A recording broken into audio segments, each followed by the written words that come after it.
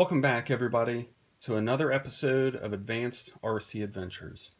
This is a channel where we investigate, explore, build, explain, upgrade, and advance Nitro RCs to another level. Come on, let's start another adventure together.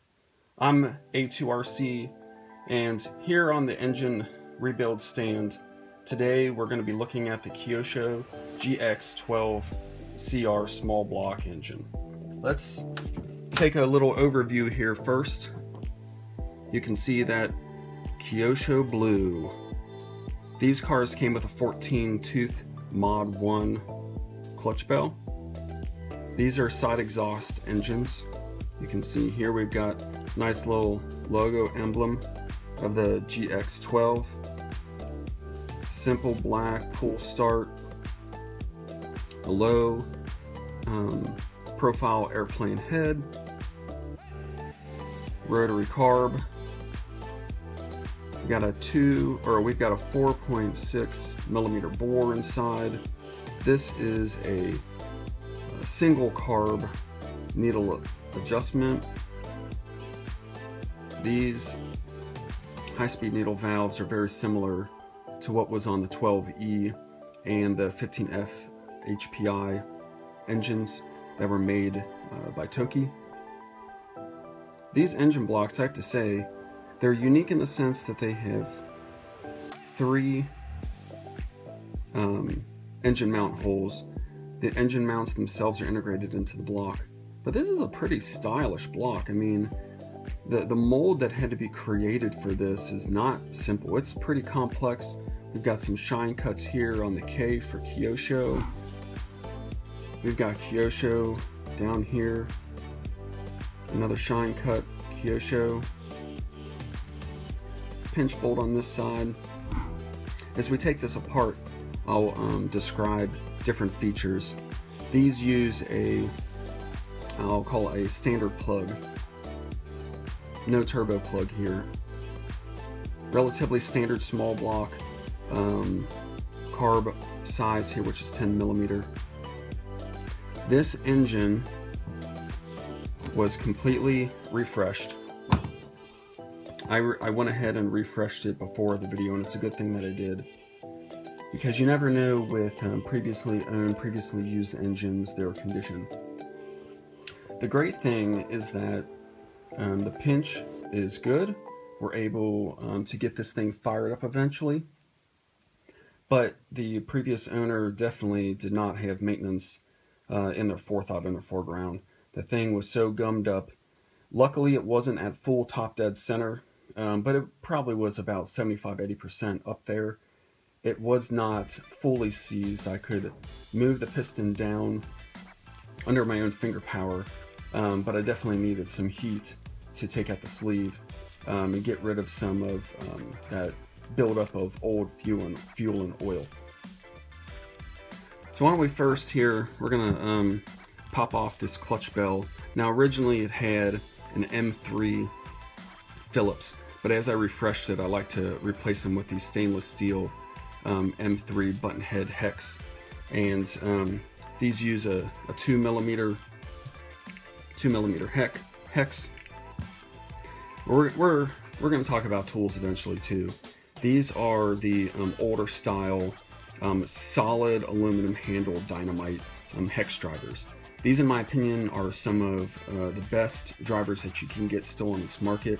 Luckily, they are still making them, even though they have a new style hex. Tools are honestly just like any hobby, or it's an extension of a hobby. In order to have engines and RCs, we have to have tools. I guess maybe my tool collection might be more vast or more extensive than my RC collection. But this can be another topic for another day. MIP and other hex drivers are good, but I've had some of these dynamite tools for 20 years now, and they have yet to strip, yet to fail. Where I've heard that over time, you know, the MIPs fail, and others. The other really great hex drivers are the vintage Losi race wrenches. So if you find some of those on eBay or other places, or you have them, you guys know that they're great tools and they last for a long time. and the tips are replaceable. So let's go ahead and get this clutch bell off. Now, like I said, this entire engine has been fully refreshed now, but it's 99% stock. The only thing I've really replaced is this clutch bell pilot nut, or pilot bolt. So the way this came off is we have, let's take off the clutch bell. I mentioned to you that, let's get this other little flywheel out of the way as a stand that I had. The clutch bell has a little surprise. But I did mention already, it shouldn't be a surprise to you that the entire car has bushings throughout. On the previous video I mentioned that all of them are brass. Most of them are brass, but I wanted to make a correction, you'll see that in a later video, that the wheel bearings are actually a Delrin or plastic. So what we have, small shim on the front, and after putting it together I noticed that that provides a good amount of play on the pilot nut. You want somewhere in the world of maybe 1/2 millimeter to maybe no more than 1 or 1.5 millimeter. So somewhere around 1/2 to 1 millimeter is a good amount of play for your clutch bell. You don't want them to be so tight, because as everything heats up, it's going to get tighter. You don't want things too loose. You can have debris and things get inside, and also the clutch itself may not be able to have proper surface contact to the bell. And you may have some issue with the mesh or the gear teeth from the bell to the spur.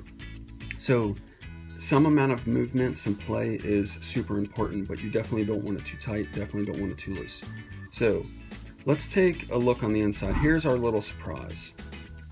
Can we see this? Talked about, this is a fully plastic clutch bell, but look at what they've done here.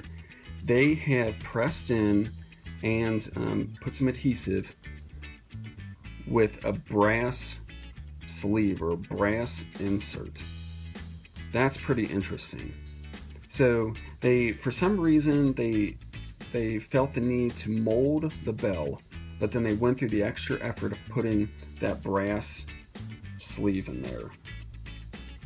And we have a little spacer in here, this little washer that moves. And there's a slight amount of grease on that, but the brass sleeve itself is clean, and about a 2000 grit sandpaper put on there just to kind of refresh the surface.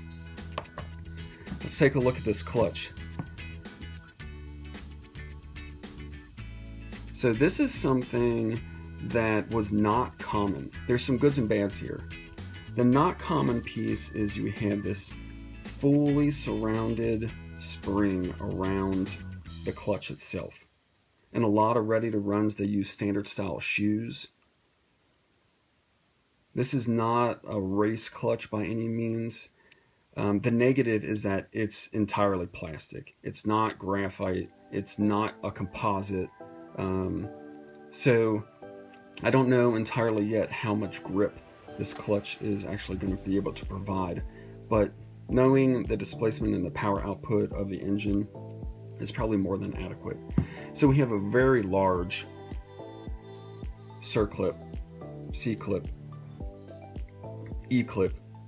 Insert your description, your name here, but that's, as I understand it, they're all really circlips, but commonly we call them C-clips and E-clips. The way I like to do it is just use a flathead screwdriver, put it inside of here, and you give like a little twisting motion, and that pops off. And that's all they have, is that little C-clip holding on the clutch to the end of the pilot shaft. We've got very shallow holes for the flywheel studs. A pretty decent spring tension, to be honest. Not too bad. And the clutch itself does not have a lot of wear on it. We've got a relatively standard, especially for Kyosho looking pilot shaft, flywheel nut / pilot shaft. These are standard shaft engines that I'll show you. Take a look here though. The length of these flywheel studs or pins are very short, very short. But that's just the style of this particular flywheel to mate up with the clutch here. 8mm flywheel nut. We'll wrench it on here.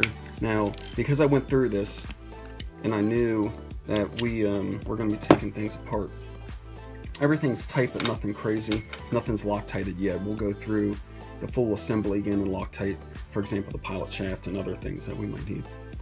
My trusty vintage flywheel spanner or flywheel wrench. It's good for these 2-shoe and 3-shoe clutch or flywheels. So let's go to get a good position here for the flywheel wrench itself. Loosen that up. Take our wrench off. Unscrew our pilot shaft. Relatively standard. If you notice the groove, can you see the groove? I think this pilot nut is used on other models and later models, and it uses probably a 2-shoe style spring, more traditional kind of 2-shoe spring, and that's what that groove's going to be made for. Alright, so way back in the day, as we go through the transition from airplane specific engines to 12th, 10th, and 8th scale car and truck model engines, we have still the use of a prop nut, and that's what these are called. It mates with the backside of the flywheel. The flywheel, as you can see, is just a very basic washer. This is steel. It's relatively heavy, which will give this smaller displacement, smaller power engine a really good idle. So, but it still has a collet. So this prop nut is aluminum. Some of them are steel, but this one's aluminum. See the serrations there on the prop nut that'll mate with the flywheel. You don't see too many aluminum collets, but it's still a relatively traditional looking collet. It's rather thick for a collet, but most collets today are made out of brass. So that just goes into the back of that prop nut. So, but something interesting. This is one of the smaller front bearings that I've seen in a long time on an engine. Notice it doesn't have a seal. It doesn't need a seal. Right? It's not really a seal. They're called side. They're side covers or side shields. And really, the side shields themselves are just meant to try to keep particulate and debris out from the bearings themselves. What actually seals the bearing in the front is the amount of fuel and oil in the spinning rotation. That's what helps to seal the bearing. So it does not have, it's an open shielded or non-shielded bearing, which is perfectly fine. But the interesting thing is the shaft size. 5mm. A lot of engines that are today use a larger size, but that's what this particular one is. So let's go ahead and unpinch this pinch bolt. It's a 5.5mm nut. Push that in a little bit. Wiggle your carb. Come right off. Standard lower O-ring seal. Notice there's no low speed adjustment.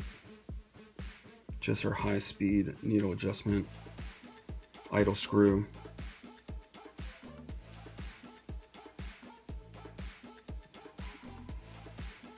but the bore itself is relatively small. Now, inside is 4.6. Let's go ahead and measure the outlet. So that's sufficient. It's a 5mm outlet. So at least it's not the same or smaller. But you'll notice probably on, for example, one of like the 15FE carbs, that lower bore is much wider, even though it still is a 4.6mm, just like this particular carb is. So let's set this to a side. Stay organized here.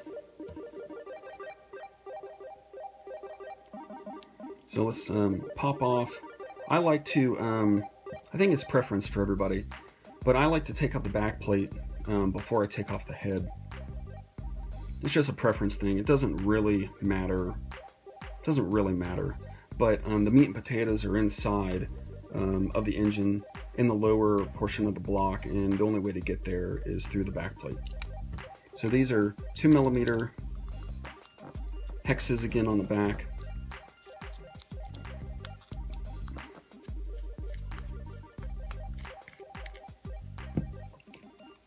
We're gonna, now on the upgraded car, it's the exact same engine. The pinch is actually a little bit better on the other one. They both have been used, both have been ran in the past. But you'll notice that the head's gonna be different, has an upgraded head, but similar style. We'll take a look at that when the time comes. So, you need to be careful, especially the first time opening up a pull start. Some pull starts do not have a little keeper inside, and it's possible for the wound up spring tensioned pull start cable to come flying out. It's under spring tension, but if there's no keeper, then it can come out. So I know this particular one has a keeper because I've been in there before, but it's always a good rule. Get a flathead screwdriver, credit card, zip tie, something. Stick that in the back and hold it, and then move it off of the one-way. So take a look here. There's that keeper.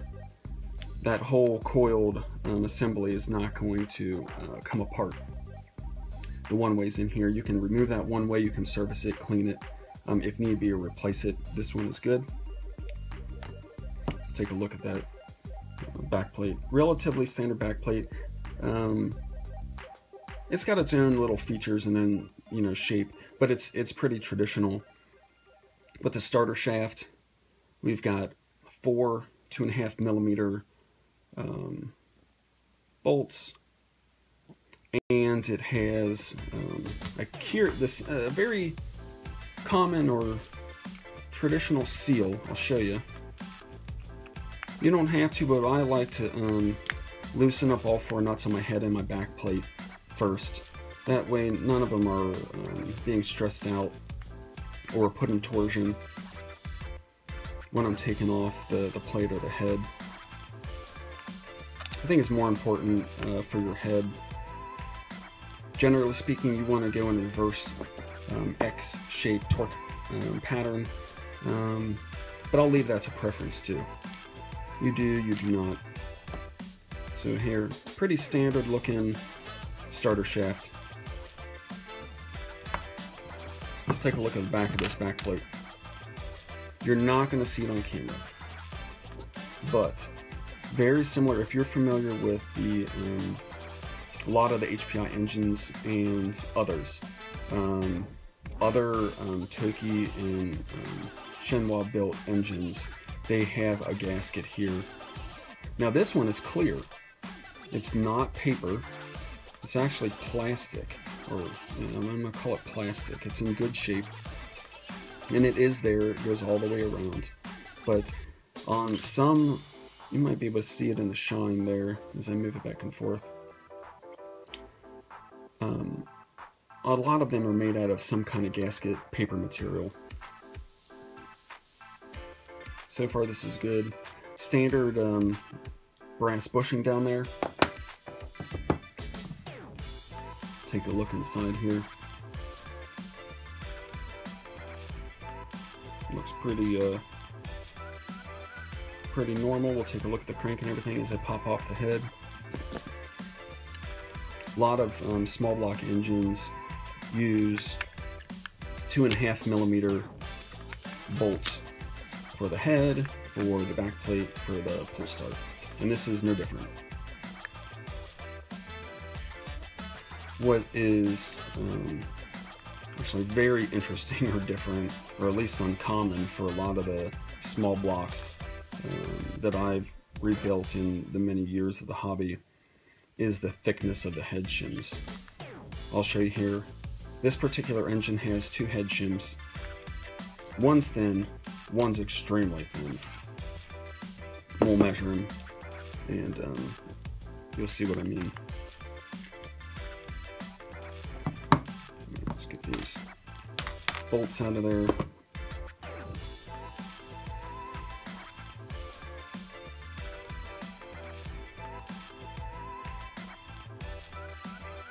Super paper thin. So this is a thin one, and I put it back on. It probably won't matter the way you assemble it, but the way that it originally came off was the paper thin one was next to the sleeve. Let's measure this thing. Can you see that? 0.09 millimeter. Paper thin. Paper thin. We've got another one here. Now, what I like to do when I clean and reassemble, I put a very small amount of oil on my head shims to try to keep them together. A lot of times small blocks don't have an indicator pin to keep the sleeve from rotating around. You have to do a manual locating of your exhaust port. But when you put a dab a little oil on your shims and put on your head or on your sleeve, it helps to hold it in one place. Oil is just kind of a preference thing as well. I personally, what I've used for many years is 530. Now in later years I've moved to 530 synthetic. All the standard engine oils have, of course, their lubricating elements to it, but they also have anti-corrosion inhibitors, etc. And when you use a lightweight oil like a 530 or something like that, it's thin enough to get blown out of the engine on the first start. It's also a really good after-run oil. I also use Great Plains after-run oil. So look here. It's a 0.14, 0.15. So both pretty thin. So we're looking at a 0.2 combined. That's pretty darn thin.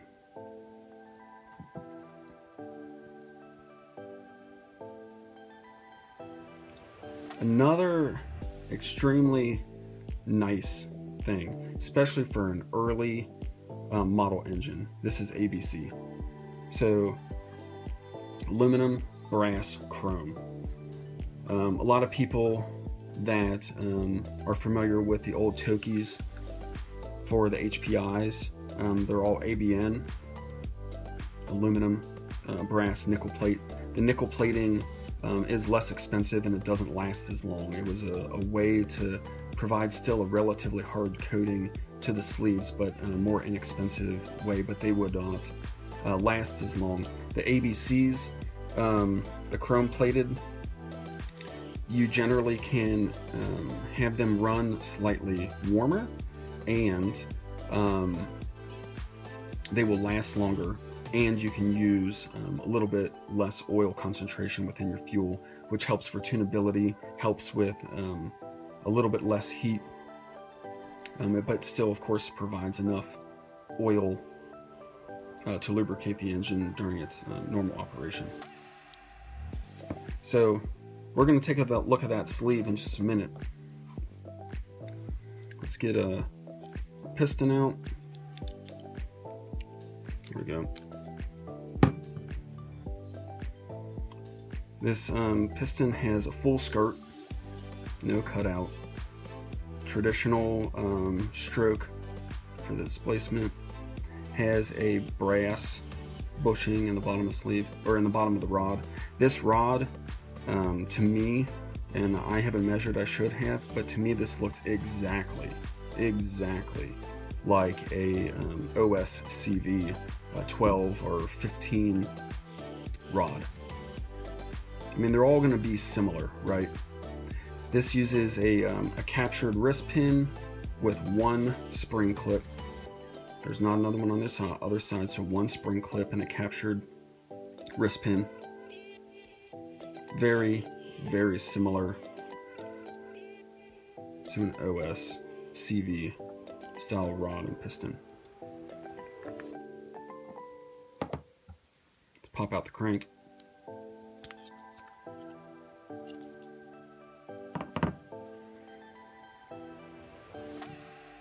Pretty decent crank. Induction window is actually a lot bigger than I anticipated. Here, let's measure that. The width of the induction window, 6.5 millimeter. Length, let's get that straight, 8.7. That's a pretty big induction window. Now the leading edge is not knife edged, but it's and it's not, you know, drilled and filled or anything like that. This is an older and pretty standard engine and crank. But that's a pretty big induction window, especially for a 12 and a ready to run kind of engine. The rod bearing journal, Conrod journal. When going through a cleanup, you can take 2 or 3 or 4,000 grit with a little bit of oil. Make sure it's some dry, wet sandpaper, and clean up where the bearings ride. If there's any oxidation or anything like that, that 2,000 to 4,000 grit sandpaper works really well. Just a couple swipes. You're not trying to remove material, you're just trying to clean up the surfaces. Do that on the rod journal as well. Take I like to use a number of series of different brushes. I like to use stainless steel brushes myself. Clean up any oxidation or anything that you see on the crank. And then go ahead and use brake parts cleaner or alcohol. If things are really gummed up, I have a stainless steel mug that I like to use and put parts inside, especially for cleaning carburetors when you do a full disassemble of it, and put it in that stainless steel mug or cup or tray or something, and put in 91 or 99% rubbing alcohol and put that into that cup and let it soak. That helps to dissolve and dilute the oils from the gummed up fuel. So we've got a standard steel ball rear bearing, and then it is a steel ball bearing that we saw on the front there too. All right, so let's get to these meat and potatoes here.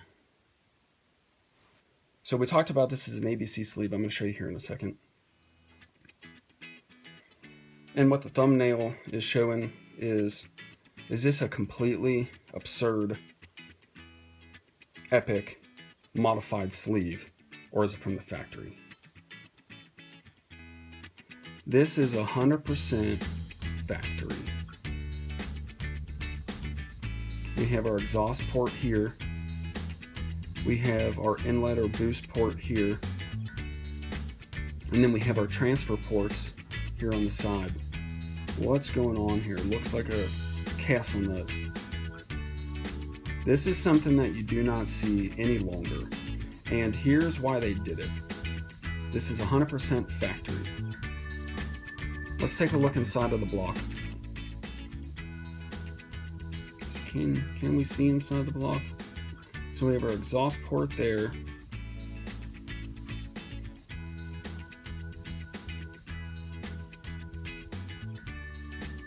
Take a look at how smooth that inner block bore is. There's no boost port, there's no transfer port, nothing. All you see is that exhaust port right there. And that's the exact reason why the sleeve is the way that it is. Kyosho, or the engine designer, decided to do it this way. Instead of taking the extra time or extra difficulty to mill inside of these aluminum small blocks, they decided their idea was to put all the porting, all of it, all the flow through, all the volume is going to go directly through the sleeve. So if you can envision, you've got the side of the block here, and in the crankcase, instead of it moving into the block and up and then through the port, this now is a transfer. Like it's not just a port. This is where the flow, the volume of the air and fuel mixture goes up and into the combustion area and out of the combustion area and into the bottom of the crankcase through the boost port here, the inlet port. So they're not only ports, they are the actual mechanism, the actual, the material is removed off of the sleeve instead of the port itself. That's definitely something that you do not see in today's engines. I think one of the main reasons is as engines warm up, you're going to have these little tabs. They're going to move and deflect even though they're captured inside the block at different rates, at different distances, depending on the stress concentration in the material.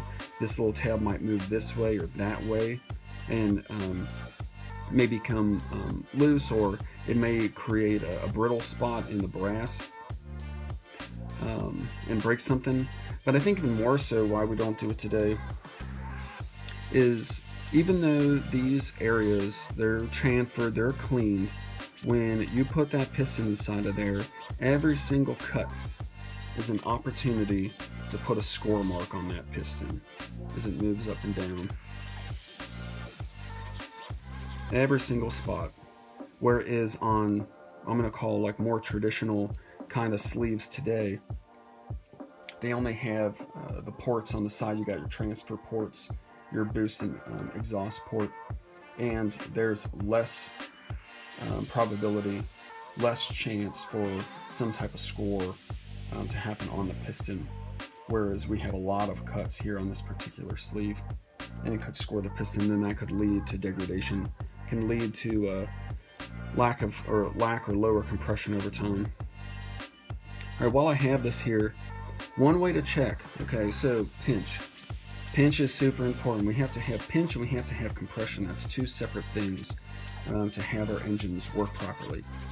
One way to check if your pinch is sufficient, because people, especially people who have, and people that haven't, but especially people who have taken apart a lot of engines, the distance at which that piston goes up to the top of the sleeve is different.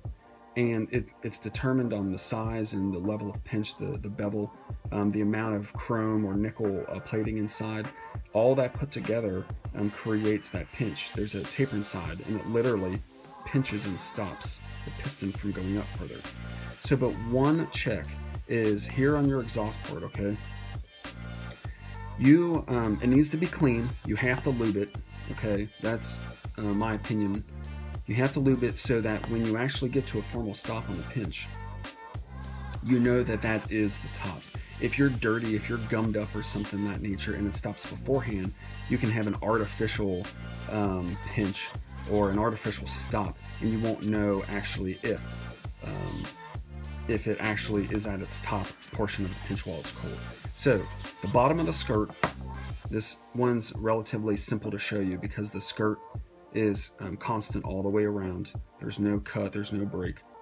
And you put the piston in to where the pinch is.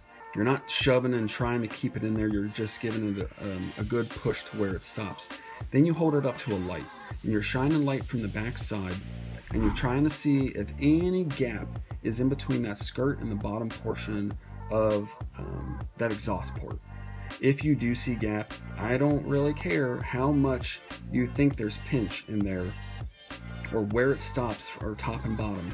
This particular sleeve would be worn out. Now this one and the other engine is good.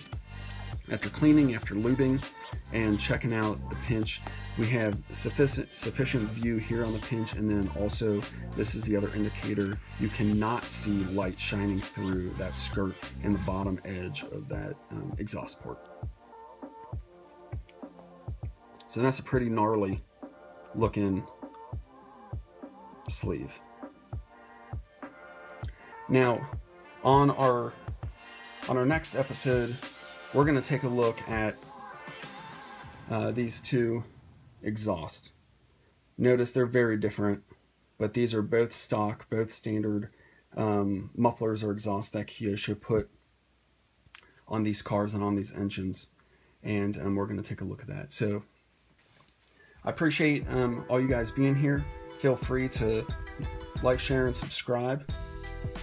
If anybody enjoys Nitro, enjoys 10th scale, and especially touring cars, I very much appreciate you taking this adventure with me.